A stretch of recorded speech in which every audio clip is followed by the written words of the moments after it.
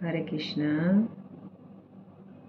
छठा अध्याय, सप्ताह यज्ञ की विधि। श्री सनकादि कहते हैं, नारद जी, अब हम आपको सप्ताह श्रवण की विधि बताते हैं। ये विधि प्राय लोगों की सहायता और धन से साध्य कही गई है। पहले तो यत्न पूर्वक ज्योतिषी को बुलाकर मुहूर्त पूछना चाहिए तथा विवाह के लिए जिस प्रकार धन का प्रबंध किया जाता है उस प्रकार ही धन की व्यवस्था इसके लिए करनी चाहिए। कथा आरंभ करने में भाद्रपद, आश्विन, कार्तिक, मार्गशीर्ष, आषाढ़ और श्रावण ये 6 महीने श्रोताओं के लिए मोक्ष की प्राप्ति के कारण हैं। देवर्षे, इन महीनों में भी भद्राव्यतिपात आदि कुयोगों को सर्वथा त्याग देना चाहिए तथा दूसरे लोग जो उत्साही हों उन्हें अपना सहायक बना लेना चाहिए।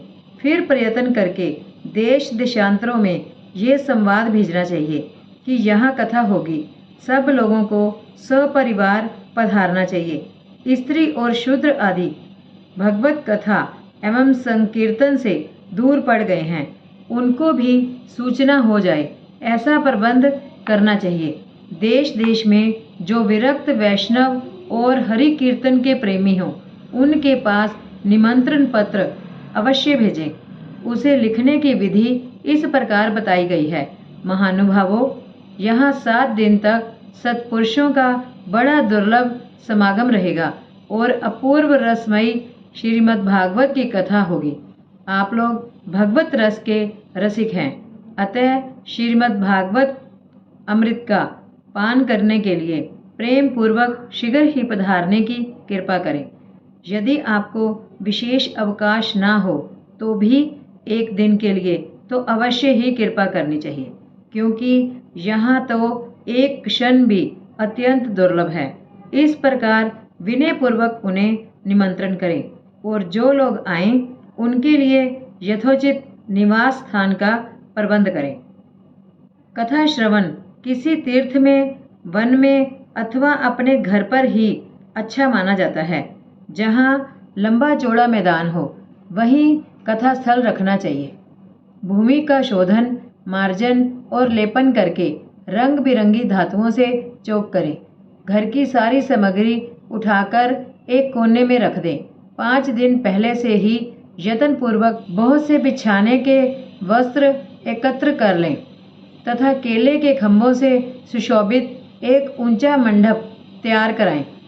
उसे सब और फल, पुष्प, पत्र और चंदोवों से अलंकृत करें तथा चारों ओर झंडियां लगाकर तरह तरह के सामानों से सजा दें।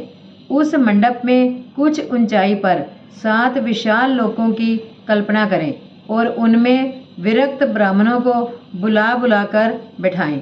आगे की ओर उनके लिए वहां यथोचित आसन तैयार करें। इनके पीछे वक्ता के लिए भी एक दिव्य सिंहासन का प्रबंध करें। यदि वक्ता का मुख उत्तर की ओर रहे तो श्रोता पूर्वाभिमुख होकर बैठे, और यदि वक्ता का पूर्वाभिमुख रहे तो श्रोता को उत्तर की ओर मुख करके बैठना चाहिए, अथवा वक्ता और श्रोता को पूर्व मुख होकर बैठना चाहिए। देश काल आदि को जाने वाले महानुभावों ने श्रोता के लिए ऐसा ही नियम बताया है, जो वेद शास्त्र की स्पष्ट व्याख्या करने में समर्थ हो, तरह तरह के दृष्टांत दे सकता हो तथा विवेकी और अत्यंत निष्प्रय हो। ऐसे विरक्त और विष्णु भक्त ब्राह्मण को वक्ता बनाना चाहिए। श्रीमद् भागवत के प्रवचन में ऐसे लोगों को नियुक्त नहीं करना चाहिए जो पंडित होने पर भी अनेक धर्मों के चक्कर में पड़े हुए स्त्री लंपट और पाखंड के प्रचारक हो। वक्ता के पास ही उसकी सहायता के लिए एक ऐसा ही विद्वान और स्थापित करना चाहिए, वह भी सब प्रकार के संशयों की निवृत्ति में समर्थ और लोगों को समझाने में कुशल हो। हरे कृष्णा।